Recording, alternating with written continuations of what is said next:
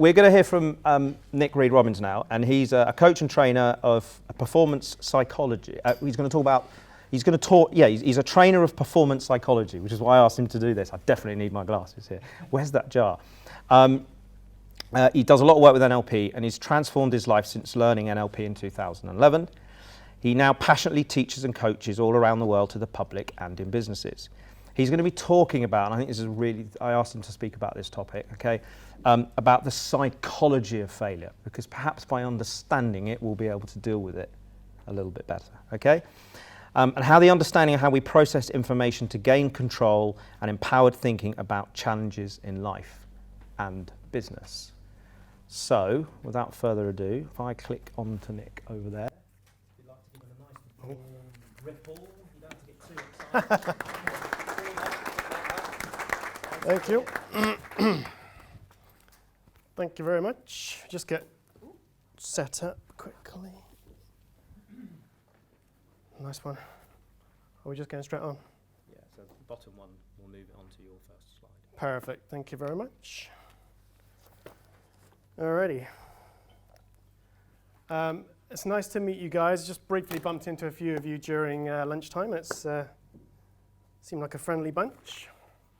So, friendly bunch. Alrighty. I'm untucked, excuse me. That's very unprofessional.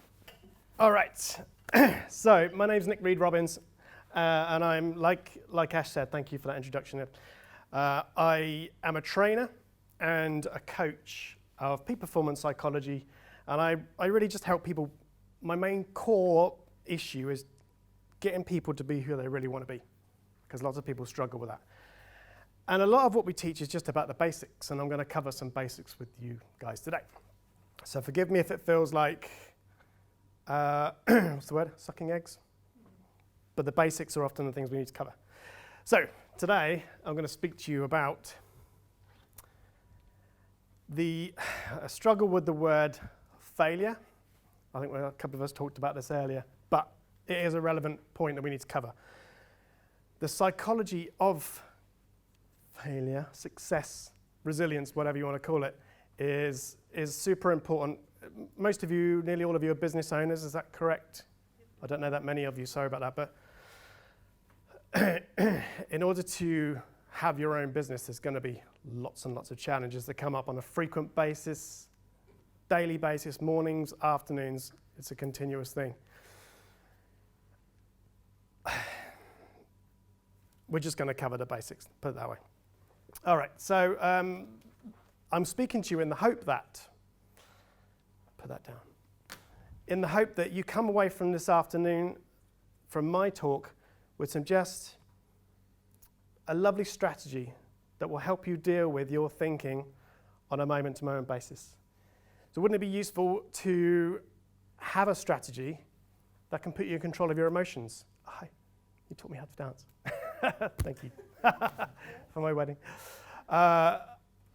Put you in control of your emotions on a moment-to-moment basis. Would that be useful for you guys? Do you think it's possible? Oh, yeah. Good. All righty. In order to do that, we're just going to cover 3 basic points. Why it's important to understand how to be in control of your thought processes. Back in the day, 2011, 2009, before I learned NLP, I was a wreck of a human being, a proper disaster, who didn't want to be on the planet anymore. And learning these basics of thought, so being in control of that, transformed my life bit by bit as I started moving forward. So I always teach people, anytime I'm in front of people, do you understand how that process works? Because often, when we're looking at failure, these are the basic elements that roll on to those bigger moments, and we want to make sure we're in control of that. We're going to do a demonstration, so I'm going to ask one of you lovely brave people to work with me through the flip chart on a fun, light-hearted challenge that maybe you've got ongoing on at work or at home. Nothing serious, nothing heavy, just something we can use so you can understand the process, and then you can start to apply it back to those moments at work, particularly work, where you are up against it, and then those thoughts can become challenges. So we'll do a demo. If we've got time, I'll get you guys to just have a quick go yourselves and do a quick exercise. And then we'll look at the benefits and the applications of that afterwards. All right. I'll give you a couple of examples, and a few more examples came to me when Ash was talking about sporting examples, but I'll give you two examples first of all where failure was a thing for me. I remember when I was at school, well, mostly not at school, I was at the back playing golf down the rugby fields all day when I should have been at school. Well, when it came to exams, I just got them all wrong. Big red F on most of them because I wasn't there. One of the things that I did want to do when I went back to resit my exams, I didn't take that seriously either, but the main thing that I was interested in was sport. Always been sport, always quite good at sports in the school teams and those kind of things. Everything else, completely useless. So one of the options that was given to me was to be a personal trainer. I thought, I like sport, that sounds like an option, that'll do good. I didn't do all the prep that led up to that first lesson. That was a part of my life, that was a theme. And what happened was, we got into this great big sports hall. They lined us up against the wall, and I'm sitting there thinking, don't pick me, please, don't pick me first. And of course, I attracted that. The guy picked me and says, right, Nick, what we need you to do is do a lovely warm-up routine that you hopefully prepped, haven't you? And then get us running around, and the rest of us can, one by one, take on the rest of the course, going through the day, learning new things. And I'd never felt anything like it before. This fear rushed into me. I recognized then, had a massive fear of public speaking. And I made my excuses. I needed the bathroom. I'll be back in a minute. I just need the bathroom. Can I go second? And I was off, and I didn't come back. Because I didn't come back, they kicked me off the course. And I had work experience fairly, a few weeks before then. Well, my friend's dad was a plumbing and heating engineer. So I thought, I'll go and do a bit with him. He's a bit of a laugh. I'll go and have a bit of fun in the building trade and just see what that's like. Because my new sporting career wasn't going to kick off, have a guess how long I spent as a plumbing and heating engineer doing the wrong job. 10 years? Keep going up. 15 years? 20 years, yeah, 19 and a half years as a plumbing and heating engineer, running my own business, but it just wasn't me. I didn't quite fit in. It was all right. I was riddled with limiting beliefs. I couldn't ever charge the amount of money I wanted to charge. I failed a lot doing that, as you would, but it just wasn't working out.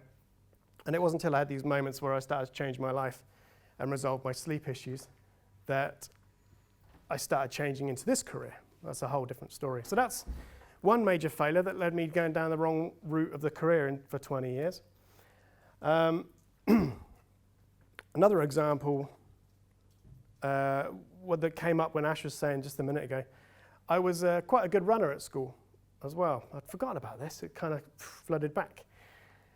I was running the 1,200 meters at school, it was sports day or something like that, and I was about 12 or 13, and I was doing all right. I didn't really know I had any sort of skills in running. Running up against the sixth formers and all the older boys and girls, coming round the second to last lap, and they said I was in the lead for my age group. And then as I finished off, I came third out of the whole school against guys that were 3 or 4 years older than me.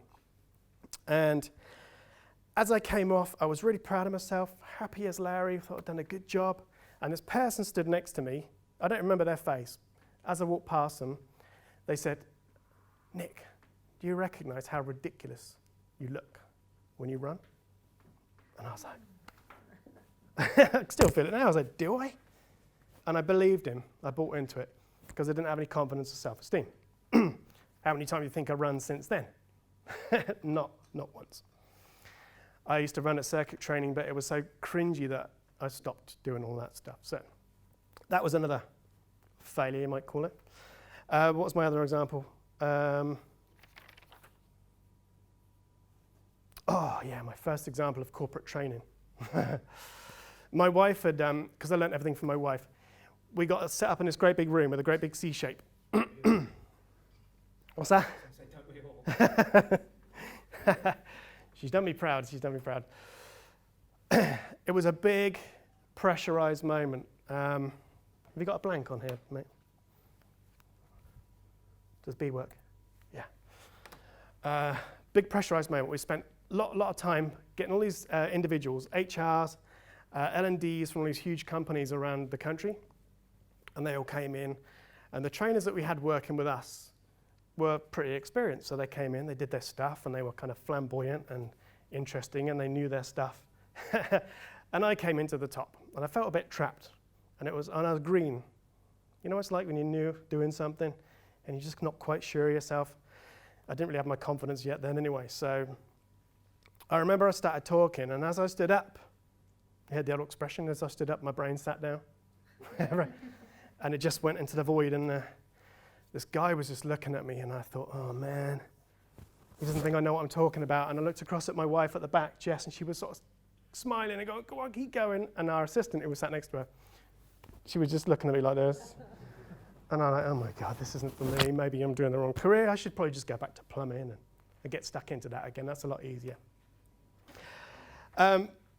But I'd learned enough about NLP back then that I started to know that feeling is there for a reason. So what do I need to do to change it? And that's what we're going to look at today. Okay. 10 minutes. So some of you, in terms of how you process your environment, some of you are brilliant at this already. So you feel a feeling, you notice you're getting anxious or stressed about something, and then you kind of know what to do to change it. Whether it's consciously knowing how to do it or unconsciously, you can somehow figure that out. That's great. So in this case, if that's an unconscious thing, what I'm going to show you now is going to help you kind of understand that and give you a bit more knowledge around it, hopefully. A little bit deeper. Okay. Some of you maybe struggle with some of it at particular times when you're challenged with your thinking and you don't quite feel resourceful enough or resilient enough or happy enough to progress on whatever you're thinking about, in which case this is going to really help too. And then there's some of you potentially, whether it's work or at home, context, doesn't matter too much, we'll use both, where it's a lot of the time you are processing your thinking unconsciously a lot of the time. Feelings come up, you don't know where they come from, they drop down again, you're unresourceful, that can stack into extra feelings that make you feel not so good, and you can end up having a bad day or a bad week or a bad stretch, bad months, whatever it might be. In which case, if you don't understand this at all, being consciously aware of it can absolutely transform your life the way it did with me. Okay? And like I say, every time I'm in front of anyone, I'll teach them this stuff because it's super powerful. All right? So you're up for learning, if you don't know already, how you do the process of thinking. What's the word for thinking about thinking? There's a word for it. Epistemology. That's the one. Epistemology. Thinking about thinking. Be later. It's what? It'll be later, the first bit anyway. Fair enough. All right, so we're just going to have a little look into that. Cool. So my first point. Why is it important that we understand this? Now, when you get out of bed in the morning, depends what sort of night's sleep you've had. You might be bouncing out of bed full of beans. You're moving towards a career you love. You can't wait to meet the people that you're working with. You're working with your teams. You might be working with family. Spring out of bed. Everything's good. It might be raining outside, but you're still really positive about it. However you do that process, if you're in control of it, you can have a really great day. What happens in those moments where maybe you haven't slept very well? Anyone not sleep too good? Anyone got kids? I'm just dealing with that process now. There's moments where we're not resourceful, and those times where you're not really feeling how you want to feel, that's really, really hard to apply empowering meanings to events in your life.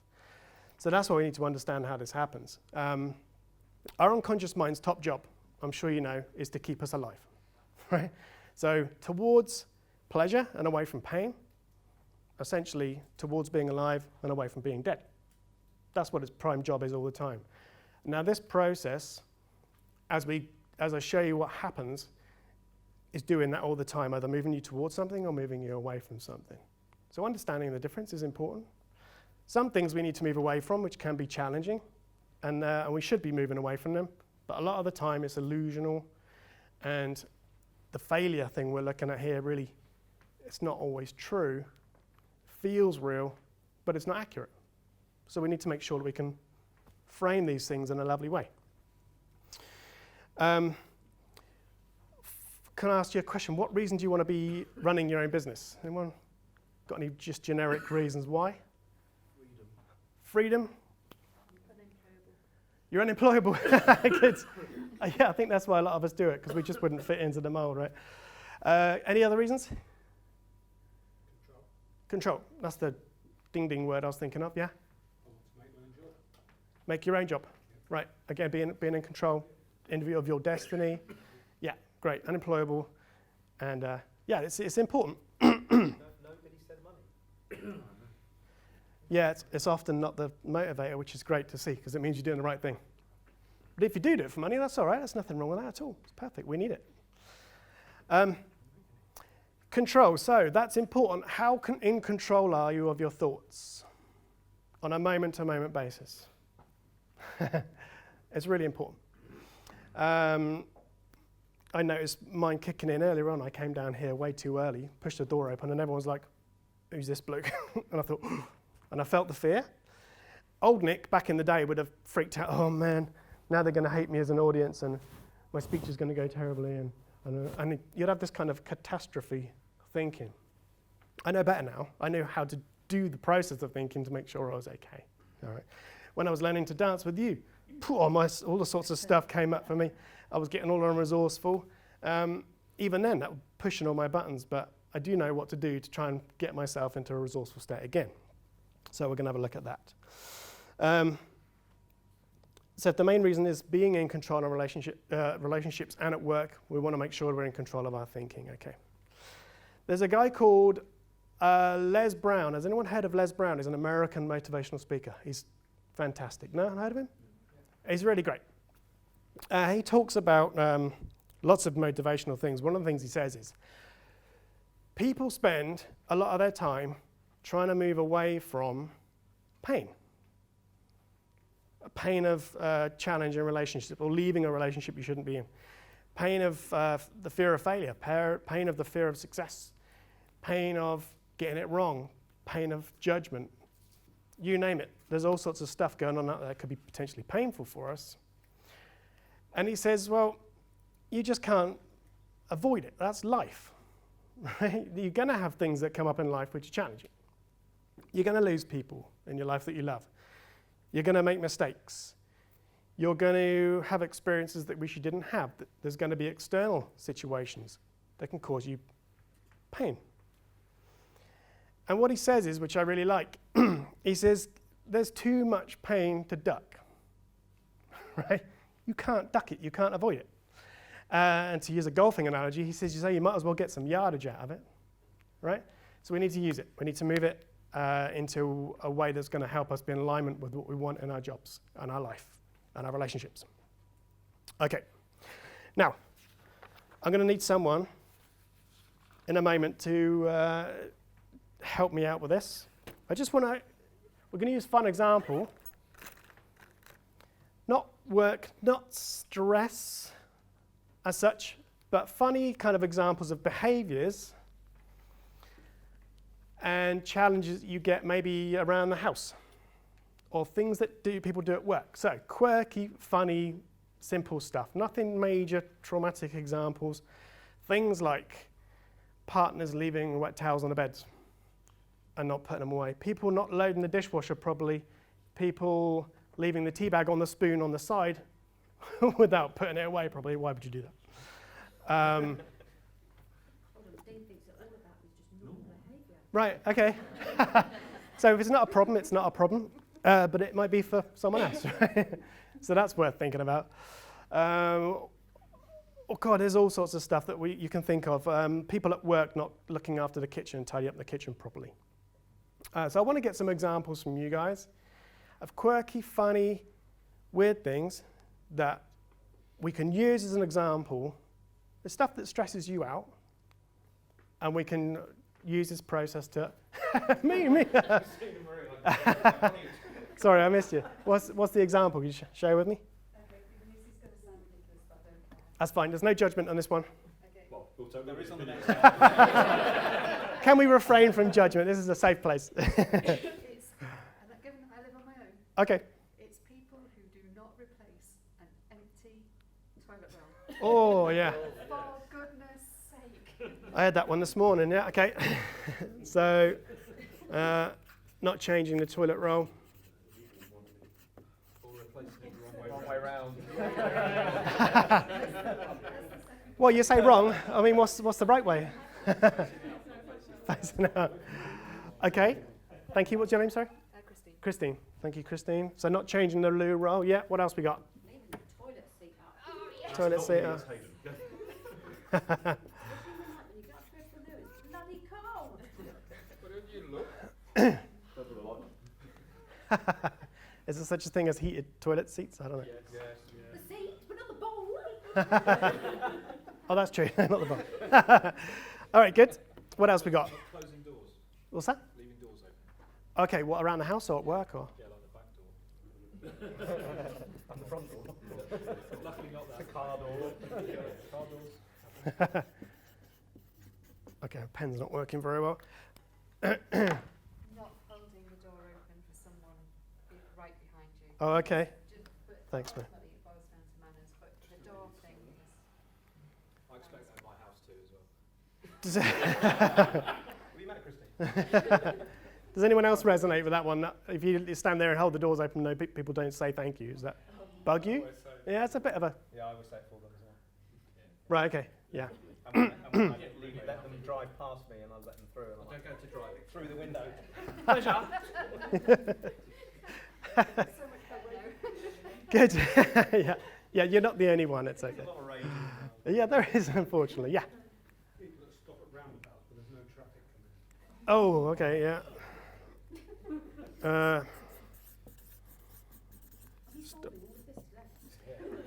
Well, you'll be able to apply this to solve your own stuff. Yeah, absolutely. People. It's people who wear shoes. More specifically, people that... Who said people? Just people. Just people. Just people. Okay. That's fair. I think we need a bit longer than this session for that one. Pedestrians who step out in front of cyclists. They should be shot. Okay. Pedestrians that walk out in front of cyclists. Cyclists, do you think they own the road? We've gone down the cycling rabbit hole. No, I'm not taking Try driving into London in the morning on one of the main routes in. Yeah. There's good cyclists Breeze. and there's cyclists that just What specifically is it? When they jump red lights or? Yeah, jumping lights is probably a good example. Yeah. You can see the difference between one in cares and one in yeah. But then you've got arrogant drivers as well. So Yeah. So you said that something important then. Yeah. People interrupt. I get annoyed when my cat doesn't bother to use its cat flap and wants to wait for you to I have the same issue. still annoys me now. Well, who are you annoyed at? Really, let me ask you that one. Well, I haven't trained the cat well enough, have I? Clearly. No, the cat's trained you. That's the problem, right? The cat has trained me. Yeah, yeah. That's what annoys me. Fair enough. Yeah, my cat does the same thing, and I'm at cause enough to recognise I've trained him. That's yeah, but he's got me under his little Annoying nonetheless. sharp claws. Yes, it is annoying. Okay, good. So far we've got not changing the loo roll. See, some of these are kind of just fun and quirky, but it's the same thought process we go through that causes us to be annoyed, frustrated, angry sometimes. I felt a tad of anger yesterday. I was trying to change our little fella Rocky's nappy, and it made a mess. And he's at that point where he doesn't want his nappy changed, and he's rolling around all over the place. And I was starting to get a bit stressed because I just envisioned it all over the wall and all that, and I couldn't be doing with that. So I had a lapse of this process. So we've got lots of good ones we can pay attention to. I want to choose. I think I'm going to do the toilet roll one. Is that okay? As an example. It doesn't mean the other ones are not valid. It just means that we're going to use that. All right. So in order to understand this process, I'm just going to bring this forward a little bit so you can see. Hopefully Ash can still see. Well, you can't, unfortunately. Let's not beat around the bush. All right.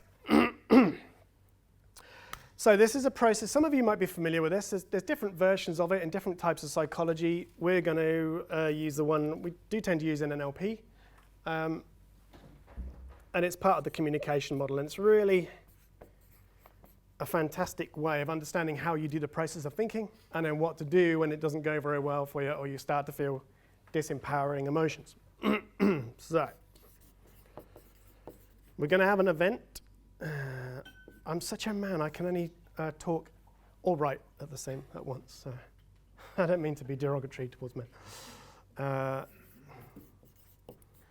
Now we can apply this to any situation that ever comes up for you. Anytime you're feeling challenged by something, it's exactly the same process. So event meaning state behavior, and then the end result. Okay, can you all see that okay? Just about. Jackie, you're familiar with this, aren't you? All right. So your particular event. Can you think of a recent example where the toilet roll, was it you, toilet roll? It was. Sorry, yeah, just checking. Yeah, and given that I live on my own, this didn't happen in my house. Yeah, how does that happen? I'm concerned for you all of a sudden. It's a unique thing about ladies' toilets. Unique in that it happens in every single public ladies' toilet. Oh, okay. So there's always a sign on the door that says, please leave the toilet as you would like to. And so who's making the mess? And there's never a toilet roll. Somebody will use the last bit of the toilet roll, and you'll be in there, and then you never check. And then all of a sudden you're in there, and now you've got no toilet roll, or you're looking around for where the spare one is because nobody's bothered to replace it. Right. It's stressful, just Yeah. not knowing whether there's one there. Well, yeah, it could be really important. Yes. It usually is. Okay, good. So can you remember the last time it happened? That was a big one, or the recent, a big... Have a habit of foot in mouth disease, sorry. Yeah, that's Tuesday. Last Tuesday, that's specific. 4:03 p.m.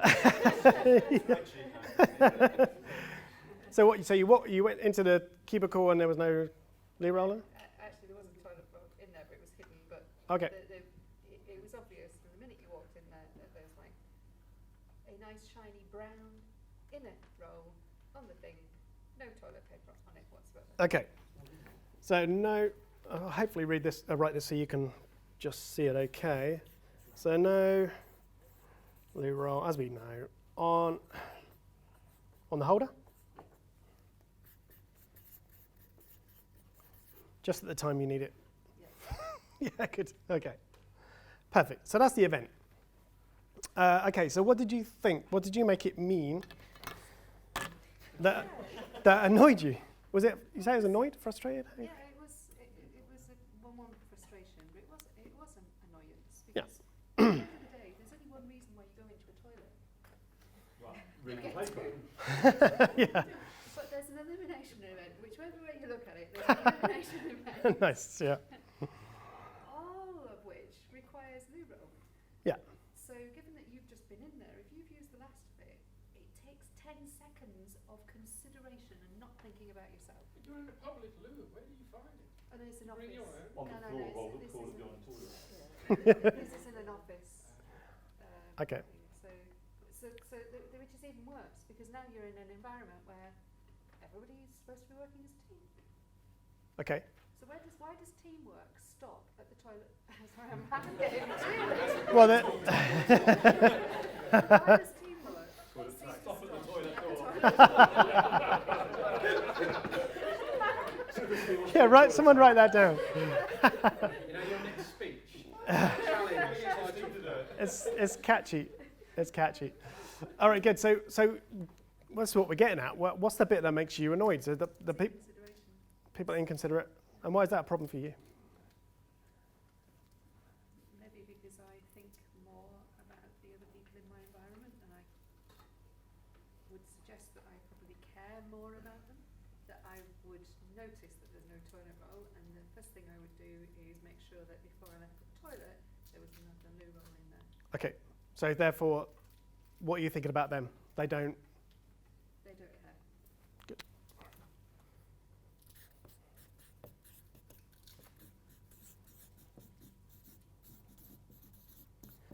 So sometimes, in order to get to the juicy, we got there quite quickly with that one, the juicy meaning, the juicy thought that creates the emotion, you just need to ask a couple of questions just to get down to it. But we'll work with that, that's perfect. Okay, good. So, we talked about the emotional state briefly. What is it that comes up for you? Well, first of all, it's an empty loo roll, anxiety. Yeah, but when you apply this particular meaning, they don't care. Yeah, it's frustration, probably. Frustration, yeah. Okay, anything else? Are you upset? Disappointed. I was trying to think of a different word for upset, because upset's kind of amorphous, but Disappointed. Just disappointed in someone. Yeah, disappointing is Feel absolutely. let down by others. Yeah, and that it's a feeling of being let down. Yeah? Because it's something so simple. Let's just go back and put that up here. I've been let down, yeah.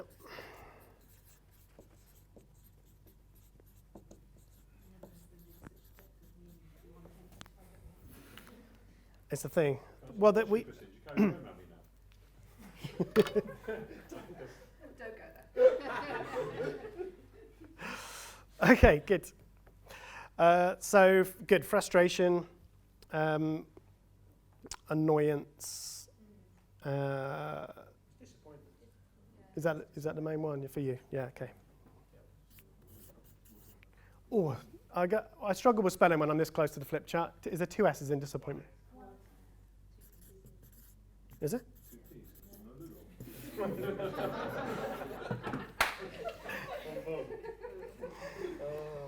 Oh dear. Okay. See what I've got working. Yeah, got your work cut out. And yet you come back. All right. So what was the behaviour in that moment, other than the obvious? Anger. It was anger, and when I went back into the office, I stomped back in there. So I'm now not behaving in the way that I would like to be seen to behave, Yes. and I've basically dragged myself down to not caring and You're feeling all these things. I feel disengaged. It's like I could have felt very team orientated. Yeah. Now I'm feeling Isolated. And yes. I think we have permission to swear, but be careful. Yes. I'm thinking of the F word because they're thinking of the C word.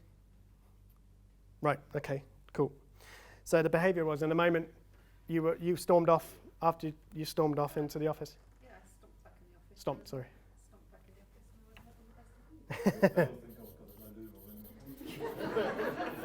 the best of it. So stomped back into the office. Yeah. Yeah.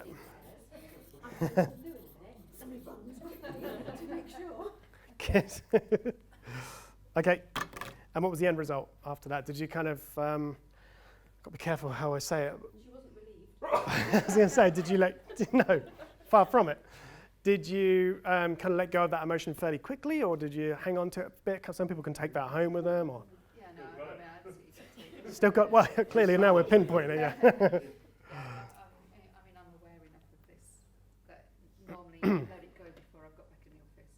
Yeah. So my normal behaviour is to actually let it go pretty Okay. quickly. But that time it But that time dissipated after. and it impacted the next hour. Oh, good. So that hour, perfect. So it took me an hour before I actually took the time to recognise Before you. that I was holding on to something that was completely pointless, and for God's sake, it's a loo roll. Okay. So 1 hour. That's quite a long time, isn't it? So there's some of these things can be Yeah, it's challenging in the for us. context of a really stressful environment. Good. That's a good point. So if you're kind of challenging with your own resources anyway, Yeah.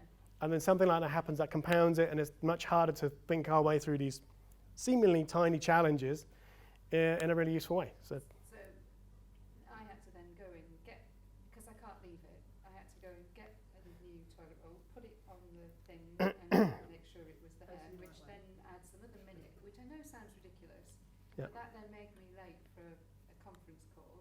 I'm now the last into that conference call, and I'm stressed, and it just heightened the level of stress. Stack. Yeah. And day after day, if that's a thing, if you've got challenging projects at work, or you've got difficult clients, or you've got stuff going on at home, one of the many things, yeah. Is this, a lot of the anger and the frustration and disappointment, is it a bit more like a dripping tap syndrome? It's not because it just happened once and it's again and again. You tell people and you just don't understand people aren't learning and people aren't getting better at something that you think is so simple to achieve. This is in the context of that I only go to this client once a week, and this happens every bloody time. And so it was just. That's it, you're expecting it. And yeah, so there was the whole day was going to be stressful. yeah. And this Okay. was just like the straw. I know it's ridiculous. And the Well- thing is, I can feel myself getting agitated. Yeah, that's it. But it is the It's not- You've got somewhere to dump. It is the repeat. It is the fact that it isn't it? It's- The fact that it's every week. Yeah, and it's not, You wouldn't be anywhere near as upset. No. it's not ridiculous, it's how you feel, which is important to recognise, yeah. All right, good. So, Next time, Christine, put a sign on the wall saying, if you finish the loo roll, please be thoughtful and replace it. So just write those out, take them and stick them. Better still, after you've been, put a sign on the front of the door saying out of order. fair enough. Okay, good. Right, let's get to the bones of this then. This is, how quickly did it happen from not noticing the loo roll to feeling the frustration? How? Seconds. Seconds, split seconds, yeah. Same with road rage. Someone pulls in front of you, they cut me up on purpose, feel the feeling. That can be a challenge, right? Now, it's important to recognise we're doing this thought. Experts say around about 60,000 times a day. I reckon it's probably a bit more than that. We are meaning machines, and we're constantly going, what does this mean? What does this mean? What does this mean? What does this mean? Our unconscious mind is doing that all day long. What does it mean? What does this mean? What does this mean? What does this mean? What does this mean? Going crazy at it. So we want to make sure we're in control of that as much as we can. The question I would ask is, how do you know they don't care? And this needs to come from you. Yeah, you don't, right? So it's what we call a mind read, and it's disempowering because it's causing you to feel frustration and disappointment. Yeah, it's not ideal, but if there was a situation we need to change it ourselves and adjust people's behavior, then we want to do it from a place of calm rather than frustration. If someone comes and starts attacking me verbally because of something like that, I mean, if they did that to us, how likely would you be to respond in a nice way, in a useful way? Not so well, right? So if we can disarm ourselves and just chill out a little bit, then we're going to be more resourceful. We connect back into our standard emotions that are much more useful, let go of that stress, and then we can change things if we need to, or neutralize our emotional state so that we're resourceful again. Yeah? So if we're making it up on purpose, if you like, and it's making us feel these feelings, how else could you see it that's going to make you feel more empowered? What's another way of looking at it? Even though we're making it up, what's a better way of looking at it that's going to disempower you so that you can be resourceful? I mean, it's the sort of thing we do all the time, but...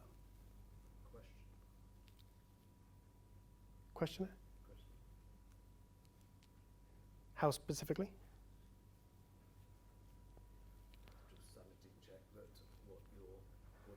Oh, yeah.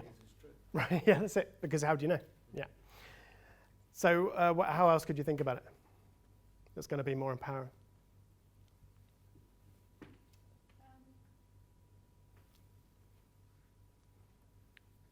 Maybe the last person was on rush. Yeah, I mean, they were probably in the Maybe same they were late situation. for a conference call.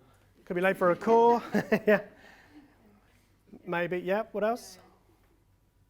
I mean, for some people, it just isn't that important, is it? Maybe they never learnt. Yeah. Yep. Maybe they've just gone to go and get a toilet roll and haven't come back yet. That's it. Maybe you could, yeah. That's a great reframe, yeah. When you think about that, does it help?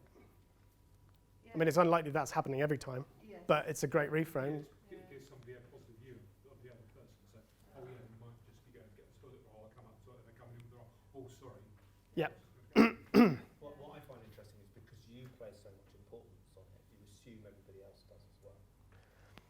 Yes. That's where we go wrong in our thinking. Quite often we overlap our map of the world on top of other people's and expect them to think the same, and they don't because they're not us, and that's never going to win. So which one works? So we've only got a couple so far. Which one works for you? That will disarm you when you think about it. Actually, the reason why I hesitated is because I didn't know how to articulate it. Yeah. But you're right. It's not. It's a very small thing that's taken completely out of context because of something that I'm feeling. That's it. So if I put myself in their shoes, they might have been feeling about something else, and that's why they don't notice. I Right. just tuned in to notice. It might be empty when they walk So- in there. You thought that said it. And then, Yeah. That's it. We can't possibly, unless we go out and ask the person who's in before, we don't know, right? So does that help you? So there's a very good reason why someone did what they did, whatever it might be. Which one is it? Well, it is because it just isn't important to them. Okay, good. So does that help disarm you? Yeah. Yeah, But good. that's fine, 'cause there's plenty of things that aren't important to me. Good. So if we change they don't care, and I've been let down into it's just maybe not important to them. Emotionally, even though you've just been feeling those strong feelings, when you apply that new meaning, that disarms you, right, emotionally? Yeah? And then you can go into that situation. If you need to ask someone or speak to someone, it's going to land much better than it would be if you're stomping in there and kicking off, right? Good. And therefore it allows us to change behavior, or if we're going straight into a meeting or something, then we can be calm and relaxed, which is really important. So moment to moment, getting in touch with these things is powerful. We're mind reading on purpose in a way that's going to really help us, and we want to apply a new empowering meaning to that particular situation. Successful and resilient people apply empowering meanings to events in their lives. And it's not just the big moments. It's all these little stacking moments that go on bit by bit, all the way through the day. Things that people say to you that trigger you, right? We're mind reading the what's it out of all of these events. So if we can start to get back in control of those situations, apply empowering meanings, they feel real, but they're not accurate. So it's just going into it's not important for them, right? Sorry, it's a bit of a mess.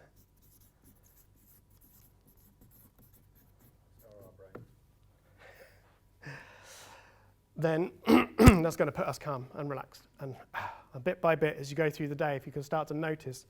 The way to recognize this, and I recognize I'm running out of time, Ash, don't worry.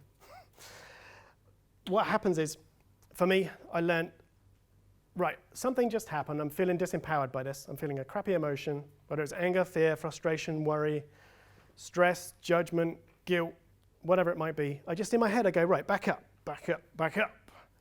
What did I just feel? What did I just make that mean? And then I have got a question up on here for this. Challenge yourself with a couple of quick questions. Thanks, mate. Down. So this is the process we've just been going through. It's all about the meaning, every time, always. So what you want to do is ask yourself, and the last course I did, we have a lot of fun with this. My inner coach.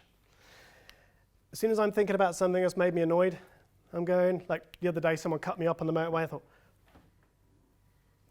I swore, and I said, they did it on purpose. And then my inner coach goes, really, Nick? Really? Oh, really? And then I say to myself, how do you know? So I challenge that, quickly challenge that thought. I don't know. Okay, what else could it mean? Well, maybe they're in a hurry, blah, blah, blah. Apply empowering meanings until you disarm yourself. You'll feel it. And it's really, really worth practicing, because this stuff happens all the time. You okay? You're going to say something? Oh. So that's a bit of fun you can have with yourself. If you can install this inner coach part of you, really? How do I know? I don't. I'm mind reading it. What can I make it mean instead is going to be much more useful. And then do what you need to do. Whether it's just let go of it, or change someone's behavior, or set boundaries. A lot of the problems that I deal with people is they don't set boundaries around other people, and they're treading all over you emotionally, and we don't do anything about it. So if you can disarm yourself and then say how you feel, it's going to land in a much better way rather than responding to that negative emotion. Okay? This is good. We've had a good, we haven't had a practice yourselves yet, but do you see how you could apply this? Do you understand how challenging it can be, though? Because these thoughts happen so quickly. So it is about practice. Are you pretty good at understanding when you're feeling a negative emotion? Yeah. If I ask people, when was the last time you felt pure joy? People are going, pure joy. And you'll be there for a while. Whereas if you said to someone, when was the last time you felt frustration? Oh, well, this morning, right? That's more predominant for a lot of us in our lives. So getting on top of this, it's a really important thing to do. It's a challenge the meanings you're applying to events in your life. Big ones and little ones. Let me just back that up a second. I've got 15 seconds. Okay. Where can we apply this in our lives? Well, every time you think a thought, you can apply it to in-the-moment situations. You can apply it to things that creep in. I could put a loop around here for some of the things that happened at home. You know, if you've got people who don't wash up after themselves, or people that leave stuff on the floor, or there's behaviors that loop in your lives. If you can apply this process, you can nip those things in the bud. Really important. Because all those things cause stress. And like I say, you start to notice these things and expect them to happen already. It's always creating the stress. You don't really need that happening in your life. Also, I've helped people resolve past challenges, particularly through business. If I've had a bad experience, I'll just go back and use this exact same process and say, what was the event? What did you make it mean? How do you know? And apply a more empowering meaning to those situations. Then you can let go of that stuck emotion. It's really cleansing, really important, because all that stuff that's happened that's not been useful for you is there for experience. We'll keep the experience and let go of that negative emotion. That will really help you move forwards. All right, it's really important. You can use it all the time.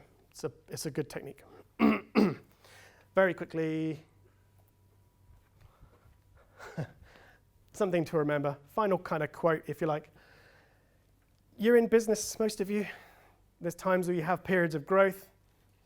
Enjoy that process, so it can be challenging, and then stretch. That's what me and my wife do. We have a period of growth, and then we just chill out and stretch and enjoy it. Make sure we learn what we need to learn, and then stretch again, and then cruise and stretch and cruise. You don't want to be all stress. And if it is, try and apply this technique. It's one of the most empowering things you'll ever learn, but you've got to practice. It won't happen all by itself. Okay. Sorry, mate, 2 minutes over. Thank you very much for listening, and thanks for joining in. I appreciate your help. Thank you, guys. It's good to speak to you, and thank you, Ash.